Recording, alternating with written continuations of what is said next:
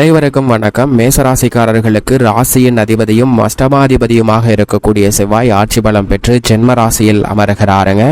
இனி யோகத்தின் உச்சியில் மேசராசி என்று சொல்லக்கூடிய வகையில் பல்வேறு வகையான மாறுதல் இந்த செவ்வாய் பெயர்ச்சியின் காரணமாக வலுவாக கிடைக்க இருக்கிறது. ஏனென்றால் செவ்வாய் ஜென்ம ராசியில் அமர்ந்து தனது பார்வையை 4, 7, 8 ஆகிய இடங்களில் பதிக்கிறார். சுகஸ்தானம், சப்தமஸ்தானம், அஷ்டமஸ்தானத்தில் செவ்வாயின் பார்வை பதிவதால் பல்வேறு வகையான சுப நிகழ்வுகளில் ஏற்பட்ட தடைகள் விலகுகிறது. அஷ்டம பாதிப்புகள் விலகும். சப்தமஸ்தானம் வலுப்பெறுவதால் எதிர்பார்க்கக்கூடிய மங்களகரமான நிகழ்வுகள் கைகூடக்கூடிய தருணமாக அமைகிறது.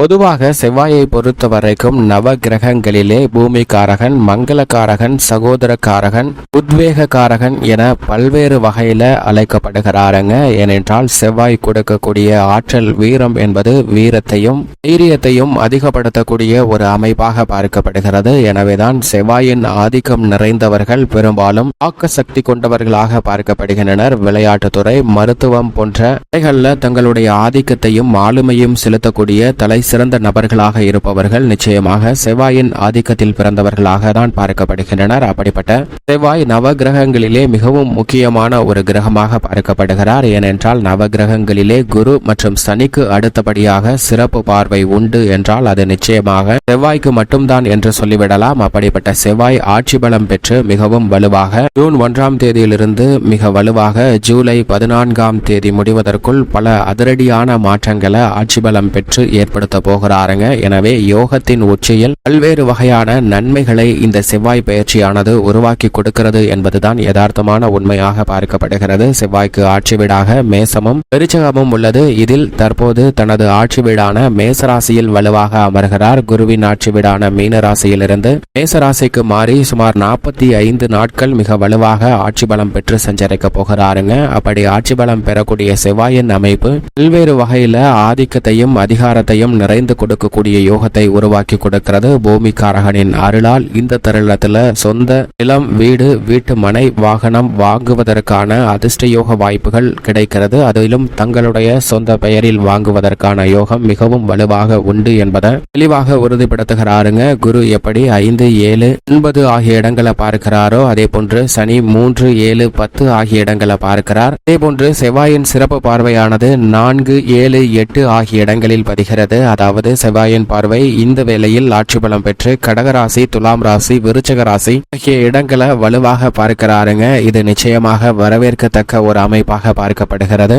குரு தனது சுப பார்வையால் கன்னி, விருச்சிகம், மகரம் ஆகிய ராசிகளை பார்க்கிறார். சனி தனது பார்வையால் மேசம், சிம்மம் மற்றும் விருச்சிகம் ஆகிய இடங்களை பார்க்கிறாருங்க. விருச்சிக ராசி இது 3 கிரகங்களினுடைய பார்வையும் பதிகிறது. செவ்வாய், சனி, குரு என 3 கிரகங்களின் பார்வையும் பதியக்கூடிய ஒரு அமைப்பு சிறப்பான ஒரு அமைப்பாக நிச்சயமாக பார்க்கப்படுகிறது.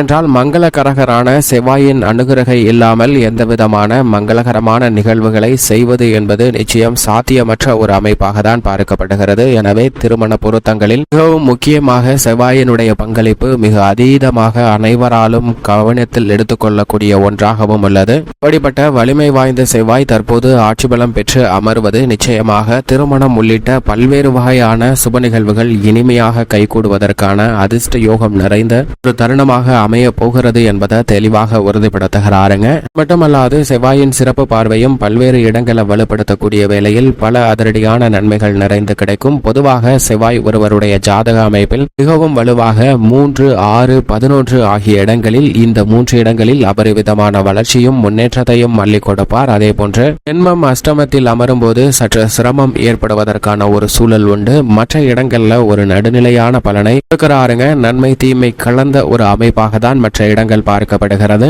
ஆனால் அதே வேளையில் விரய செலவுகளை சுப விரயங்களாகவும் மகிழ்ச்சி நிறைந்தவையாகவும் சுப விரயங்களாகவும் மாற்றி கொடுக்கக்கூடிய அதிர்ஷ்டம் பெற்றவராக இருப்பவர் நிச்சயமாக செவ்வாய் மட்டும்தான். செவ்வாயினுடைய பார்வையில் சூரியன், சந்திரன் மற்றும் குரு ஆகிய 3 கிரக நிலைகள் நட்பு கிரகங்களாக பார்க்கப்படுகின்றன. சுக்கிரனையும் சனியையும் சமகிரகமாக பார்க்கிறாருங்க. ஆனால் சனி தனது பார்வையில் செவ்வாயை கிரகமாக பார்க்கிறார். எனவேதான் சனி செவ்வாயின் பார்வை என்பது இவ்வளவு அவ்வளவு சிறப்பான நன்மை தரக்கூடிய ஒரு அமைப்பாக பார்க்க முடியாது. இந்த வேளையில் சனியின் பார்வை செவ்வாயின் மீது அதீதமாக விழுகிறது. சனியின் 3ஆம் பார்வை மேசராசியில் வீற்றிருக்கக்கூடிய செவ்வாயின் மீது பதிகிறதுங்க. இருப்பினும் செவ்வாய் ஆட்சி பலம் பெற்றிருப்பதால் சனி பார்வையால் பெரிய அளவிற்கு பாதிப்பு எதுவும் இல்லை என்பதை தெளிவாகவும் துல்லியமாகவும் உறுதிப்படுத்துகிறார். சனியின் பார்வையில் புதன், ராகு, கேது போன்ற கிரகநிலைகள் பகை கிரகமாக பார்க்கப்படுகின்றன செவ்வாயின் பார்வையில். ஆனால் புதன் தனது பார்வையில் செவ்வாயை சமகிரகமாக பார்க்கிறாருங்க. இப்படி கிரகங்களுடைய முரண்பட்ட பார்வை இருந்தாலும் கூட பொதுவாக ஆட்சி பலம் பெறும்போது பல்வேறு வகையில நல்ல மாறுதல்களையும் முன்னேற்ற வாய்ப்பையும் அதிரடியாக ஏற்படுத்தி கொடுப்பாருங்க செவ்வாய். மேலும் குறிப்பாக பூமிக்காரகன் என்று சொல்லக்கூடிய இந்த வேளையில் நீங்கள் நீண்ட நாட்களாக திட்டமிட்டு அதற்கான முயற்சியில் ஈடுபடக்கூடியவர்களுக்கு நிச்சயமாக சொந்தமாக வீடு, வீட்டுமனை, பண்ணை நிலம் அமைத்தல் மற்றும் புதிய வாகனம், ஆடை ஆபரண சேர்க்கை போன்றவை கிடைப்பதற்கான நல்ல வாய்ப்புகளை பரிவிதமாக வழங்கக்கூடிய அமைப்பில் யோகத்தின் உச்சியில் சஞ்சரிக்கிறாருங்க செவ்வாய். எனவே இந்த சந்தர்ப்பத்தை சரியாக பயன்படுத்திக் கொள்ளுங்கள். அது மட்டுமல்லாது இந்த வேளையில் விவசாயம் சார்ந்த பணிகளை சிறப்பான முறையில் கையாளுவதற்கான பல நல்ல வாய்ப்புகளை நிறைந்து கொடுக்க போகிறாருங்க. சந்தித்து வரக்கூடிய தடைகள், தாமதங்கள் அனைத்தும் விலகும். அது மட்டுமல்லாது கால்நடை வளர்ப்பில் இந்த நாட்களாக இறங்க வேண்டும் என்று நினைத்து கொண்டிருப்பவர்களுக்கும் நல்ல வாய்ப்பும் சந்தர்ப்பமும் அமைய போகிறது. விவசாயத்துறையில் மிகப்பெரிய அளவில் சாதனை புரிய வேண்டும் என்று நினைத்து காத்து கொண்டிருப்பவர்களுக்கு விவசாயத்துறையின் அதிபதியாக இருக்கக்கூடிய செவ்வாய் ஆட்சி பலம் பெறக்கூடிய இந்த வேளையில் நீங்கள் திட்டமிடக்கூடிய பல காரியங்கள் மிக கனகச்சிதமாக நடைபெறுவதற்கான யோகம் உண்டு. சரியாக பயன்படுத்திக் கொள்ளுங்கள். உத்தியோகம், தொழில் என அனைத்திலும் தன்னுடைய ஆதிக்கத்தை செவ்வாய் சற்று கூடுதலாகவே செலுத்துகிறார். பல அதிரடியான மாற்றங்கள் உண்டு. அரசியல், கலைத்துறையிலும் முக்கியமான நகர்வுகளை மிக சாதுரியமாக எடுத்து வைக்கக்கூடிய ஒரு கிரகமாக பார்க்கப்படுகிறார். எனவே பல அதிரடியான மாற்றங்களை சந்திப்பதற்கான சூழல் வலுவாக செவ்வாய் பெயர்ச்சியின் காரணமாக, செவ்வாய் ஆட்சி பலம் பெறுவதன் காரணமாக அபரிவிதமாக அமைவதற்கான யோகம் இந்த தருணத்தில் வலுவாக கிடைக்க போகிறது. பொதுவாகவே செவ்வாய் வீரத்துடன் செயல்படக்கூடிய ஒரு கிரகமாக பார்க்கப்படுகிறார். அவர் ஆட்சி பலம் பெற்றிருக்கக்கூடிய இந்த வேளையில் எந்த பணியை கையில் எடுத்தாலும் அதை துரிதமாகவும் துல்லியமாகவும் செய்து முடிக்கக்கூடிய அளவிற்கு வேகத்தை அதிகப்படுத்தி கொடுக்கிறாருங்க. எனவே மந்தமான சூழ்நிலை, தடையை சந்தித்த சூழ்நிலை போன்ற அனைத்துமே விலகி மிக அற்புதமாக நீங்கள் எதிர்பார்க்கக்கூடிய பல பணிகளை சிறப்பாக செய்வதற்கான அதிர்ஷ்ட யோகம் இந்த தருணத்தில் வலுவாக உண்டு என்பதை மங்களக்காரகன், பூமிக்காரகன் என்று சொல்லக்கூடிய செவ்வாய் உறுதிப்படுத்துகிறார். செவ்வாயினுடைய சஞ்சார அமைப்பு இப்படி இருக்க, ராசியின் அதிபதியான செவ்வாய் மிகவும் வலுவாக ஜென்ம ராசியில் ஆட்சி பலம் பெற்று சஞ்சரிக்கிறாருங்க. பொதுவாக ஜென்ம ராசிக்கு வருவது அவ்வளவு சிறப்பான நன்மை தரக்கூடிய அமைப்பு இல்லை என்றாலும் கூட ஆட்சி பலம் பெற்று சஞ்சரிக்கிறாருங்க.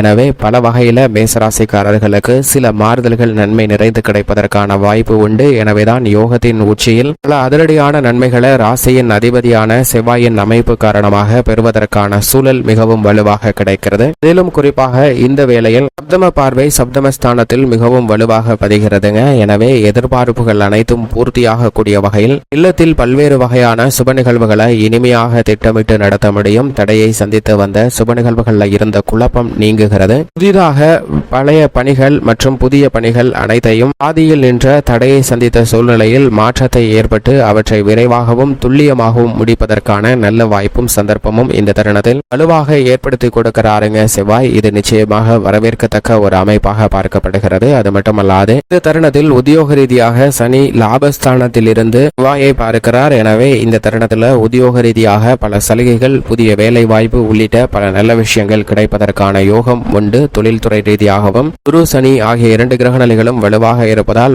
யோகத்தின் உச்சத்தை தொடக்கூடிய வகையில் தொழில்துறை, வியாபாரத்துறையில் உச்சபட்ச வளர்ச்சி நிறைந்து கிடைக்கக்கூடிய தருணமாக பார்க்கப்படுகிறது. கலைத்துறை மற்றும் அரசியல் துறையின் நாயகனாக இருக்கக்கூடிய சுக்கிரனும் 2இல் ஆட்சி பலம் பெற்று சஞ்சரிக்கிறார். எனவே இந்த வேளையில் கலைத்துறையில விருதுகளை பெறக்கூடிய அளவிற்கு நல்ல பல வாய்ப்புகளும் சந்தர்ப்பங்களும் நிறைந்து கிடைக்க போகிறது. அது மட்டுமல்லாது தடையும் தாமதத்தையும் சந்தித்து வந்த சூழ்நிலையில் நல்ல மாறுதல், அரசியல் சார்ந்த பணிகளிலும் மிக அபரிவிதமான மாற்றத்தை சந்திப்பதற்கான யோகம் நிச்சயமாக மேசராசிக்காரர்களுக்கு உருவாகிறது என்பதை தெளிவாக துல்லியமாக உறுதிப்படுத்துகிறார். பெண்மணிகளின் நலனுக்கு பொறுப்பேற்ற குரு, சுக்கிரன் வலுவாக 2இல் சஞ்சரிக்கக்கூடிய வேளையில் செவ்வாய் ஆட்சி பலம் பெற்றிருப்பது அதிர்ஷ்டத்தின் உச்சியை ஏற்படுத்தி கொடுக்கக்கூடிய ஒரு அமைப்பாக பார்க்கப்படுகிறது. எனவே பெண்மணிகளுடைய விருப்பப்படி திருமணம் உள்ளிட்ட பல்வேறு விதமான சுப நிகழ்வுகள் தடையில்லாமல் சிறப்பாக கைகூடக்கூடிய யோகம் உண்டு. மேலும் இந்த தருணத்தை சாதகமாக மாற்றிக்கொள்ள நிச்சயமாக மேசராசிக்காரர்கள் வாரத்தில் செவ்வாய்க்கிழமை விரதமிருந்து அருகாமையில் உள்ள முருகப்பெருமாள் ஆலயம் சென்று தீபம் ஏற்றி வழிபாடு செய்யுங்கள். தங்களுடைய வாழ்வில் ஏற்படக்கூடிய தடைகள், தாமதங்கள் அகன்று யோகத்தின் உச்சியில் நல்ல பல முன்னேற்றமும் வளர்ச்சியும் நிறைந்து கிடைப்பதற்கான யோகம் நிச்சயமாக கிடைக்கும் என்பதில் சந்தேகமே இல்லை. மேசராசிக்காரர்களுக்கு.